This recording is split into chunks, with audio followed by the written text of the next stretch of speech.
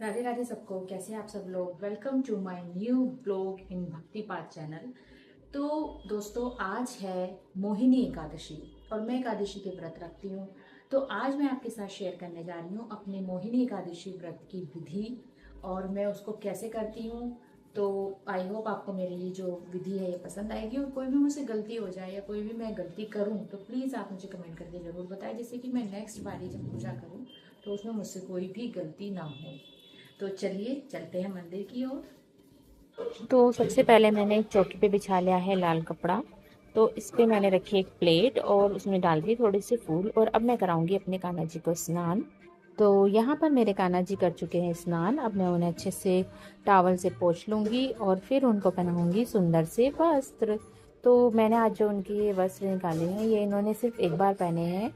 I think ये इन्होंने होली पे पहने थे नए कपड़ों में, और उसके बाद ये अब मैं इनको दोबारा पहना रही हूँ। तो ये देखिए कलरफुल से बहुत सुंदर ड्रेस है ये मेरी कान्हा जी की, तो मैं उनको पहना रही हूँ। और आज मैं इनको नजरिए भी पहनाऊंगी कलरफुल वाली। ये तो अभी न्यू ही है, ये तो मैंने नहीं पहनाई है। आज मैंने थोड़ा सा सामान नया यूज़ करा है, थोड़ा सा पुराना। माला पहना दी है और ये इनके केश लगा दिए हैं, और उस पर लगा दूंगी मैं सुंदर सी मुकुट। ये देखिए कितना प्यारा सुंदर सा मुकुट है। और आज मैं इनको मोहिनी रूप दे रहे हैं तो मैं इनको ये चुनरी उड़ा दूंगी। एक्चुअली मेरे पास चुनरी एक ही है राधा रानी वाली, तो इसीलिए मैं सोच रही हूँ कि राधा रानी को चुनरी उड़ाऊंगी। तो उनको मैंने एक दूसरी ये मेरे पास ड्रेस की चुन्नी थी वो उड़ा दी है। तो यहाँ मेरी राधा रानी भी तैयार हो गई हैं, उनको भी मैंने नजरिए पहना दिए हैं। और ये रही उनकी माला।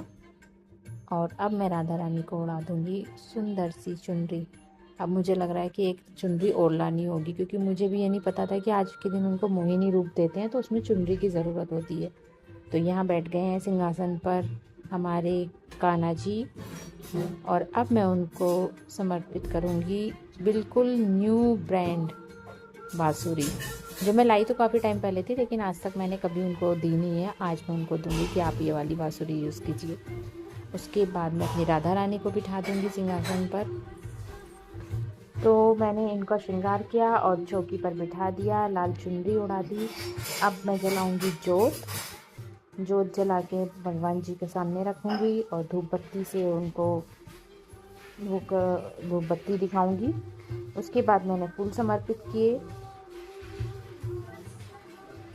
और आज के दिन विष्णु भगवान जी की पूजा होती है। तो विष्णु भगवान जी की मेरे पास कोई वैसा स्वरूप नहीं था, तो ये एक छोटी सी तांबे की प्रतिमा है जो थोड़ी काली सी भी हो गई है। ये शायद आपको क्लियर नहीं दिख रही होगी, लेकिन ये विष्णु जी हैं। तो मैंने उनकी वही वाली प्रतिमा रख के उस पर फूल समर्पित कर दिए। और अब मैं लगा रही हूँ अपने कान्हा जी और अपने विष्णु जी सारे समस्त देवी देवताओं को भोग। तो यहाँ मैंने लिया है खरबूजा, आम, और मैंने आलू का हलवा बनाया था और थोड़े से मखाने भुने थे।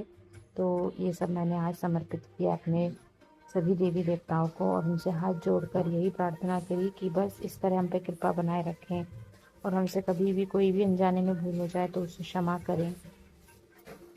और उसके बाद इसमें से मैंने थोड़ा थोड़ा प्रसाद लेके कान्हा जी को और राधा रानी को भोग लगा दिया।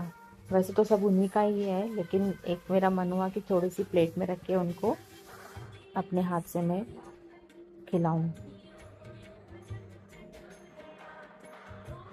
पता नहीं, जब हम उनको बहुत सुंदर सा तैयार करते हैं तो राधा रानी बहुत सुंदर लगती हैं और खुश लगती हैं। और यहाँ मैंने हाथ जोड़कर जो भी मुझसे इस क्रिया में विधि में गलती हो गई उसकी माफ़ी मांगी और अपने अच्छे कर्मों के लिए उनसे आशीर्वाद मांगा। तो मैं तो एकादशी की पूजा ऐसे ही करती हूँ। मुझे ज़्यादा विधि तो पता नहीं है। मैंने फिर कहानी पढ़ ली थी, मेरे पास एक किताब है उसमें सारी एकादशी की कहानियाँ होती हैं। तो मैंने आज मोहिनी एकादशी की कहानी पढ़ ली।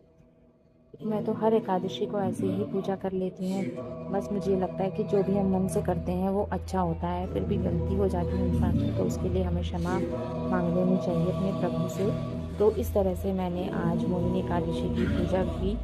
आई होप आपको मेरा ये ब्लॉग पसंद आया होगा। पसंद आए तो प्लीज़ लाइक करना ना भूलें, कमेंट करना ना भूलें। तो चलिए मैं मिलती हूँ आपसे नेक्स्ट ब्लॉग में। तब तक के लिए राधे राधे।